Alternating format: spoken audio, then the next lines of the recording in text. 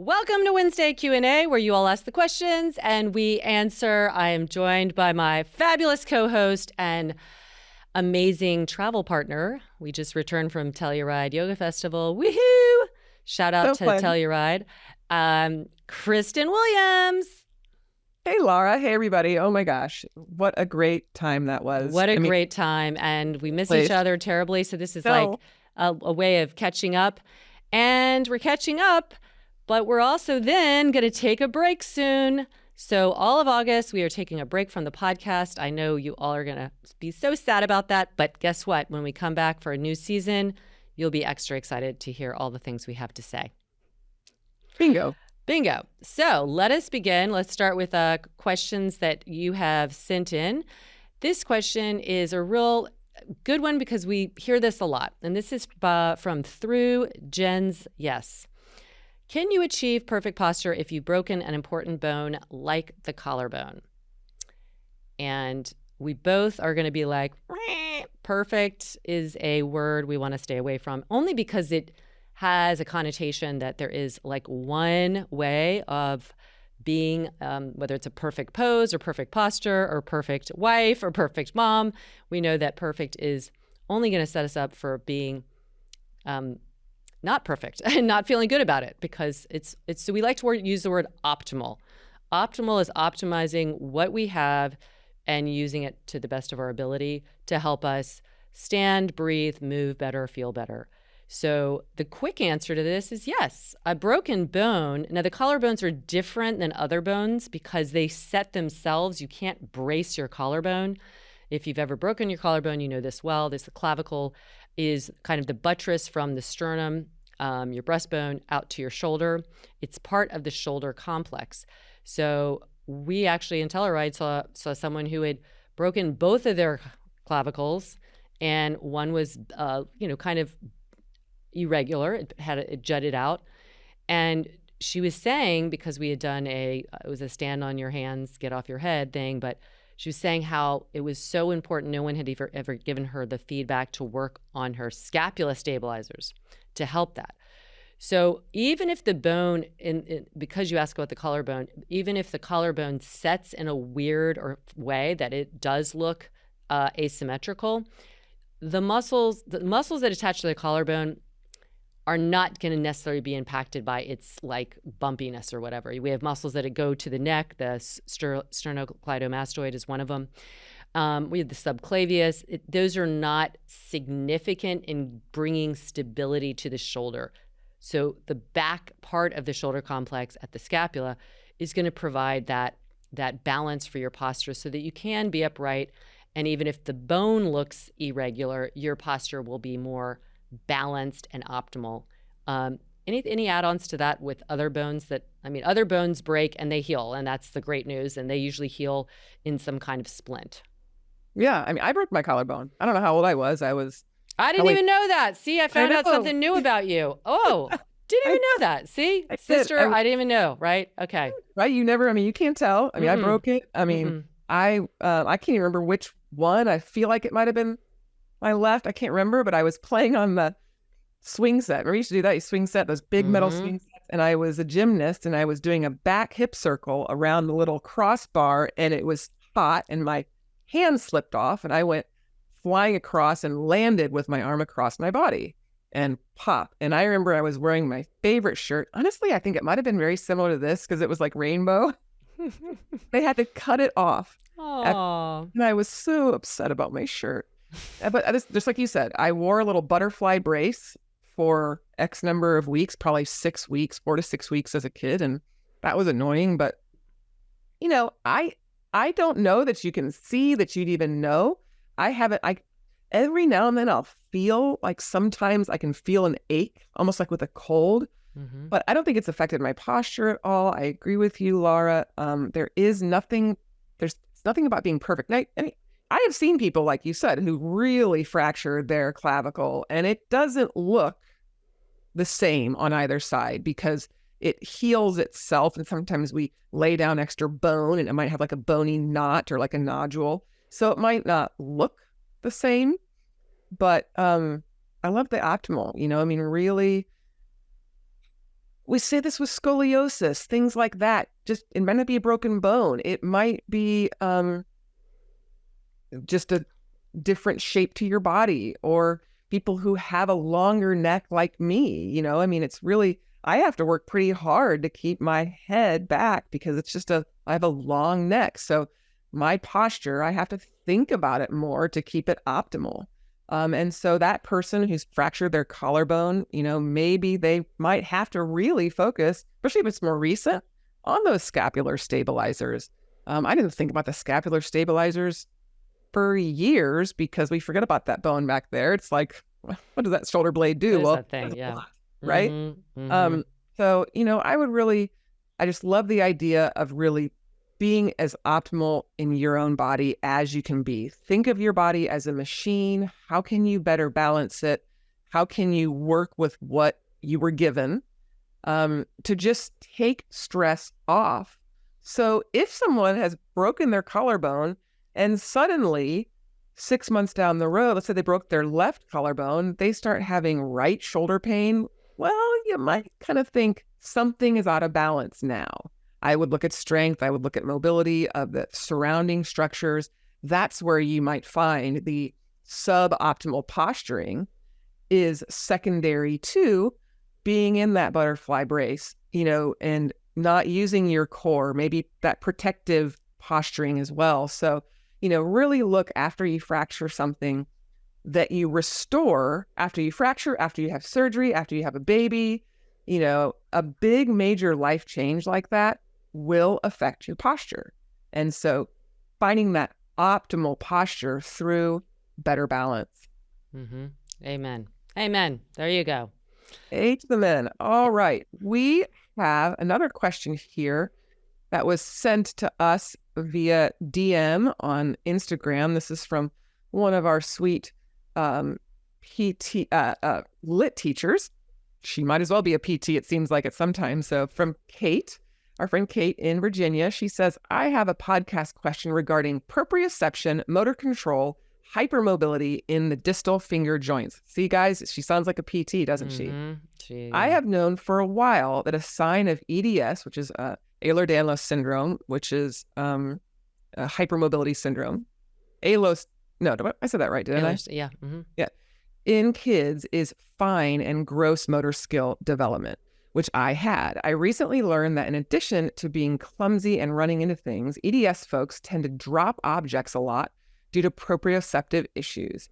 My phone currently has a lot of cracks in it. Do you guys have any ideas on how to improve distal finger proprioception?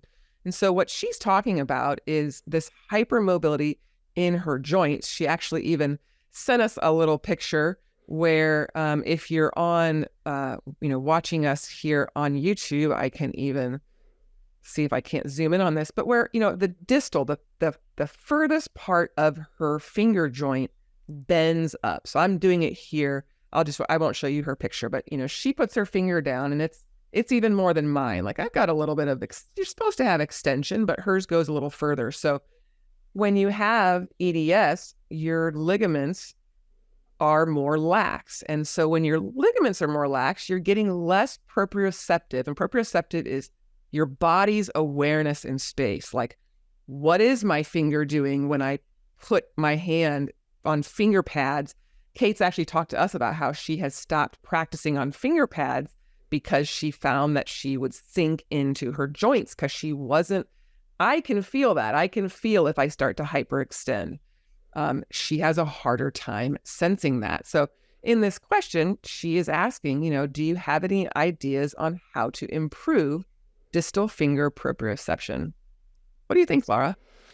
Well, if we look at like the homunculus, which is like the area of the brain that is telling how much of that part of the motor cortex is devoted to different parts, there's a lot devoted to your digits because we do so much manipulation and grasping and everything.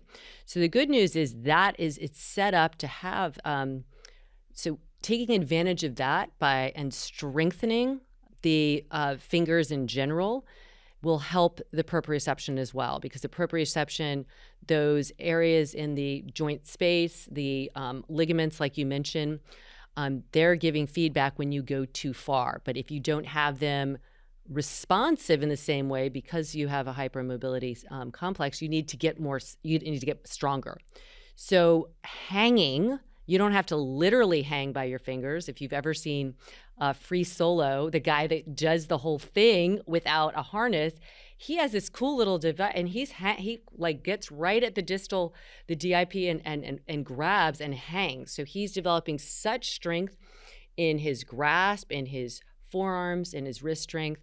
And you can do that without getting your feet off the ground. You can just grab a door frame or something and really grab it where you are flexing at the DIPs and getting the strength there, because taking advantage of knowing that part of the motor cortex is very robust. You need this more strength because you're lacking some of you can't necessarily make up for that proprioception, but it will improve your the proprioceptors that are there by doing strength training. And getting on your fingertips and pushing them down, like if you were in like a fingertip lunge, isn't going to be doing that. So I think actually curling and getting almost like you're holding something, or have your hands on blocks, but you could risk some of that extension into the less distal part, the more proximal part of the fingers. So I think strengthening through some kind of grasp. They also have all kinds of little devices, but you don't have to buy them, where you can practice opening and shutting your fingers with some resistance. You could imagine getting a really thick rubber band and doing it, but you risk that popping. So these devices are a little bit safer in that regard. You can get a gripper, just buy a gripper, and I have one, and it has different weights, and it's like the very lowest is really hard for me. But grip strength includes all the way into those DIPs. So I think strengthening is the key, because that strength is going to build up a stronger connection that is already there. That real estate is already there. And then in doing that can increase some of the proprioceptive awareness. Yeah. And I think if we bring that onto our mat practice, our lit practice, I have a series on there, weightless in the wrist, and it does a lot of fingertip weight bearing to keep it out of the wrist. But I even talk about that even though you have the fingertips down, get that lift in your core. You're almost pushing the fingertips into the floor to lift up, as opposed to sink your weight into them, where you would then possibly. Almost like you're hovering, it's just for balance. And you're getting that lift from your hip, from your scapula, from your side body. So think of like a twisted crescent where you've got your finger pads down. I'm never putting my weight into that. Whenever I go fingertip lunge, it's more like almost like a cane would be. People use canes to give an extra point of contact. Think of your fingertips that way. So she is asking about strengthening, but also being mindful of the fact that we need to be strong more proximally. So when we are going weight down, that we aren't going weight down into those fingertips. And we see same thing with, just not even distal, but your more proximal joints. People have had issues with hypermobility there. And you're right. It's like kind of a hanging or sinking into it. This could be your hip joint. Hypermobile people are going to be able to hang in their hips often, and you want to lift out of them. You're always lifting into your core center, because that's why it's there, is to generate and then move energy, but also, transmit it. And it's not going to be transmitted if it's going down. Like you're resisting gravitational forces. And I think it's been really fun for Kate to watch her own growth that has occurred since she started with LIT.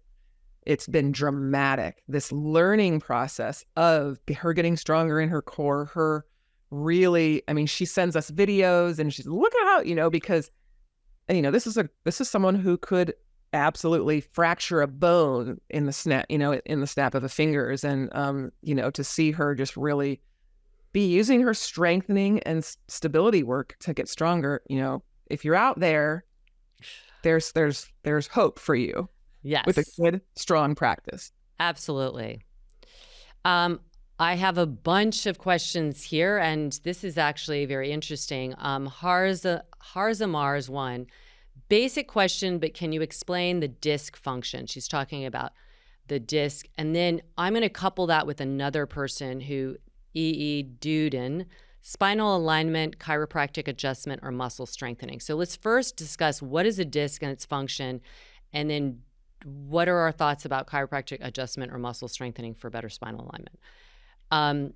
So between each of the vertebra, there are the disc, and the disc have a kind of outer layer, the annular ring, and it almost looks like a tree trunk, like it has little rings in it, and it's dense in fibrocartilage. And then inside of that is the nucleus pulposus, which is the gooey part of the disc. So you have a protective outer layer for the gooey part, and the discs are there between your vertebra to do a few things. One is to absorb shock, right? So that we're bipedal, we're walking around. Every time you put your foot down, there is energy that comes up through the foot, through the leg, through the pelvis, into your spine, and then back down. And so you want that energy to move through, and there should be some shock absorption so it doesn't go into the bones of the vertebral column. So that's a big part. The other thing it does is it helps with movement, right? So you've got some space between the two bones so you can move, and the disc adjust and move with you, so that otherwise bone on bone, it's kind of like cartilage that wouldn't feel good and it wouldn't feel smooth. And so when we're moving our spine, the discs are moving with that, and they're helping the movement feel smooth and not like crusty or awful. They also are really important for giving some space for the things that come out of the spinal column, such as the nerves that go to either innervate muscles or also to give you the sensory nerves. They're both coming out of the spinal column. And so if you can imagine, again, if you have a vertebra on top of another one and there was nothing between, that space is narrowed, and this is what happens with some people, and the space being narrowed will also narrow the kind of tunnel for the nerves to come out. So it just is providing shock absorption, it's providing ability to move, it's providing space for nerves to come out. That is its main function. Did I miss anything else? No, not at all. I mean, not for the disc. I mean, I think that's what we see with degenerative disc is we have this normally very almost spongy, like you said, it's very flexible. It's like I always think of like the slime, like it moves like slime. And it's, by the way, made to move out as if it's bulging, not bulging, but, it moves with us and it retracts. I mean, it's really like kind of genius. Like almost like those little worm, like they were filled up with water, and you remember kind of like put it on your finger, like yes, all that thing. It's like that. Like if you squeeze, it's gonna bulge out, or like a water balloon. So it's providing that it should be flexible. And then as we age or as we stop moving, these discs need movement to feed that disc. To keep it nice and supple, it needs movement. So people, when we're sitting all day in a chair and we stop moving, we are no longer feeding our discs, and they start to degenerate. And you hear this term, hugely popular. Oh my God, I've got disc degeneration. Well, your discs start to dry up. Think of how a sponge, when a sponge is full of water, it's got a certain height. When it dries up, it gets smaller. That is your disc. So when we have disc degeneration, we lose that height, like you're talking about, Laura. We lose that flexibility.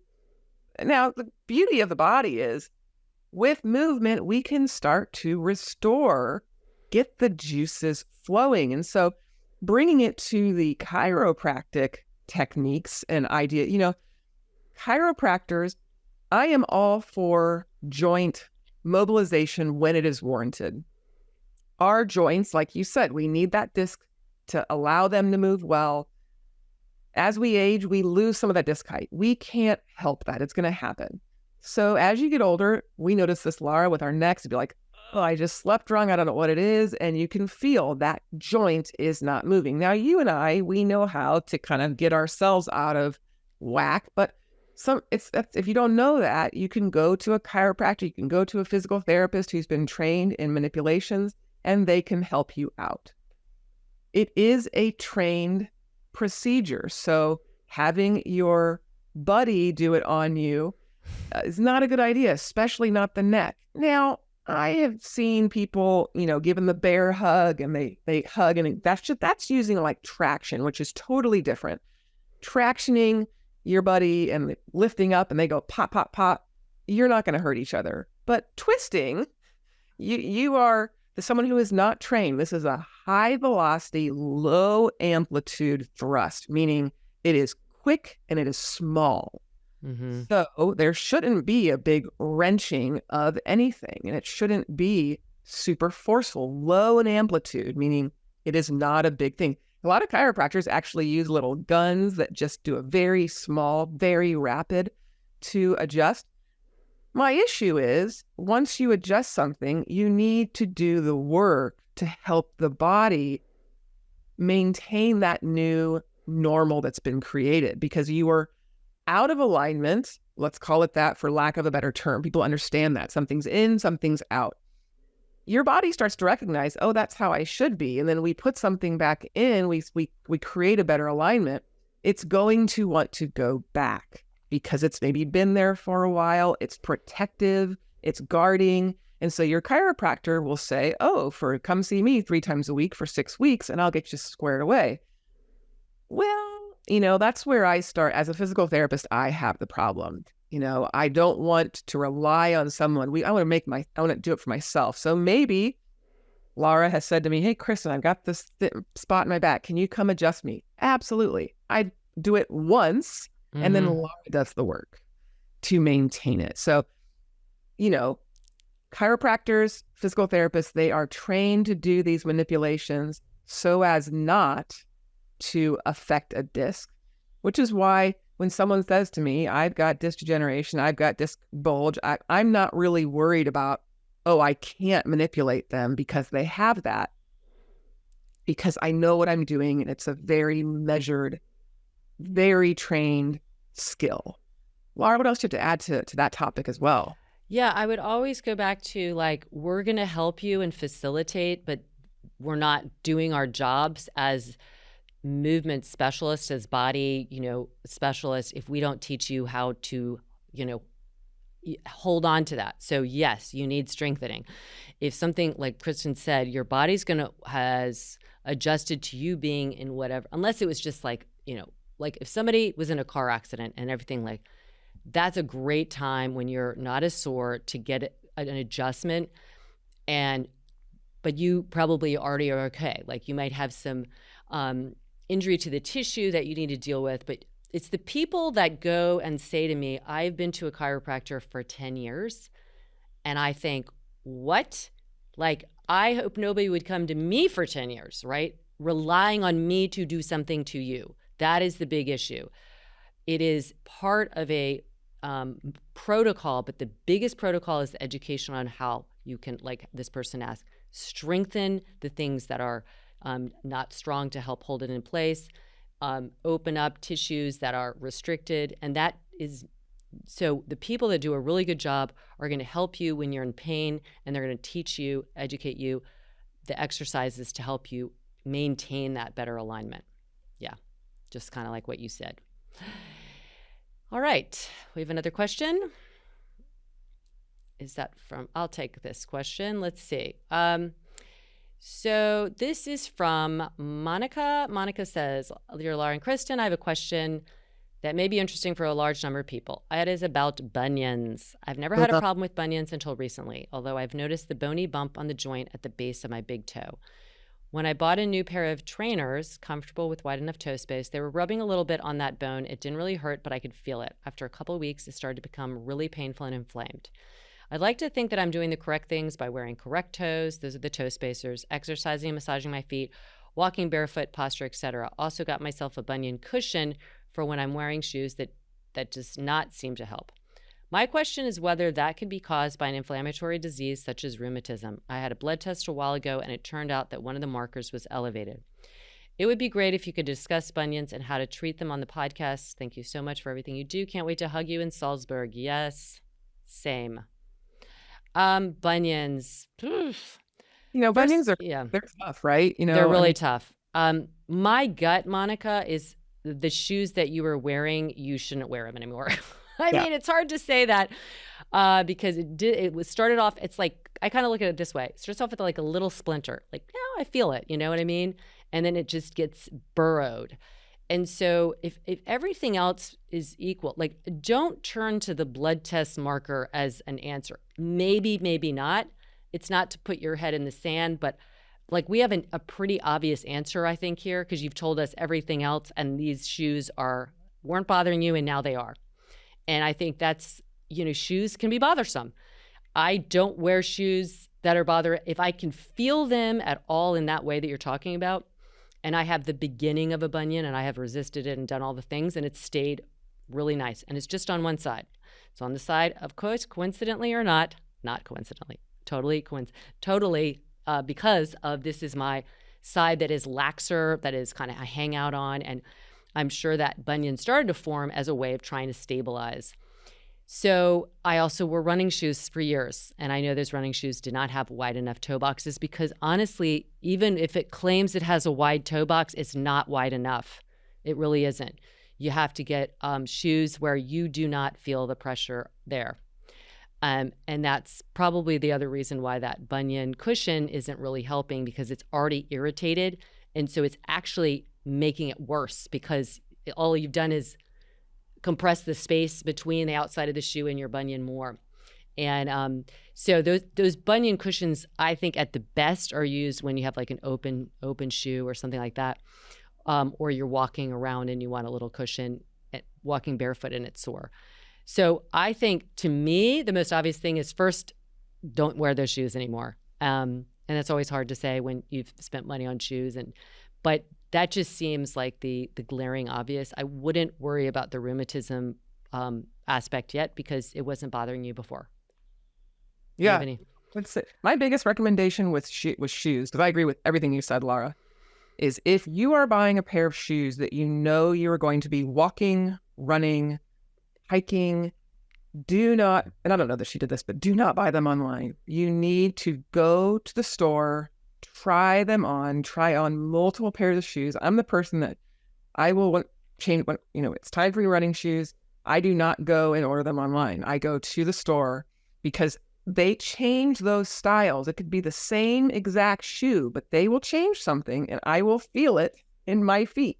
I'm like you, Laura. I do not want to feel anything. I don't want too high. I'm like the Three Little Bears. I'm Goldilocks. I don't want too high of an arch. I don't want too narrow of a toe box.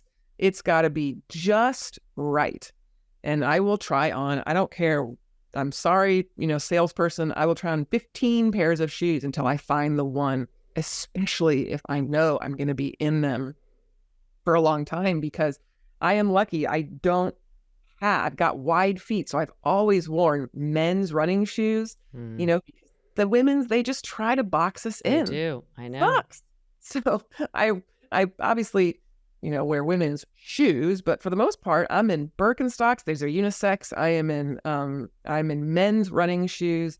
I am in things that are very wide, and I've been lucky that I don't have bunions. Now I do have like the fifth toe will go in, but hasn't caused me any issues yet. So I would just say my biggest recommendation is for the shoes. If you know you're going to be wearing them a lot, don't buy them online. Try and if you're a runner, say, can I go run outside in these? Because don't walk in them. Mm-hmm. Go outside and I run up and down the sidewalk because it feels different. So if you're going to be walking in them, walk in them. If you're running in them, run in them. That will be, whether it's bunions, whether it's anything, or, that's my best recommendation. I agree. And, don't be afraid to pivot. Like I got free shoes. They're amazing, couple $100. These people sent them to me and I'm like, this is amazing. It's like, it has these kind of like acupressure points in them and they're wide toe box. I'm like, this is kind of cool. And I wore them once short distance and it kind of felt a little weird. I'm like, okay. Then I wore them because they're cute and I wore them all day. And the next day I had Achilles tendonitis pain. And I'm like, I will never wear those shoes again. That's how well I know my body and how well I'm just not going to even F with it, because you start something like a little flare up like that doesn't, and maybe it would go away if I wore them and left, but I don't need them. Like, I don't need that, right? So it's too bad because they're really cute and they were free and they're supposed to be great, but my body didn't like them. So I really think it's important to listen to your body and that little kind of like niggling, like, didn't like this, because it'll start barking. And so that's the easy answer that sometimes is hard because you don't want to give up your shoes. All right, my friends, that's the end of this podcast. As I mentioned at the beginning, we're going on hiatus, a little break before we start our new season. And it would be a wonderful time for you to write us, because we will continue collecting all of your questions. You can find us on Instagram at Redefining Yoga Podcast, Lara.Hyman or KBWilliams99, and just DM your question there. You can also email us at support@lityoga.com. Those will get forwarded to us and we will save them in our little file. Please, nothing is off the table. We look forward to answering your questions. We're looking forward to our break, but man, we're going to really want to come back strong and even better. Full steam ahead. Yes. So as always, we're pulling for you. Good for you.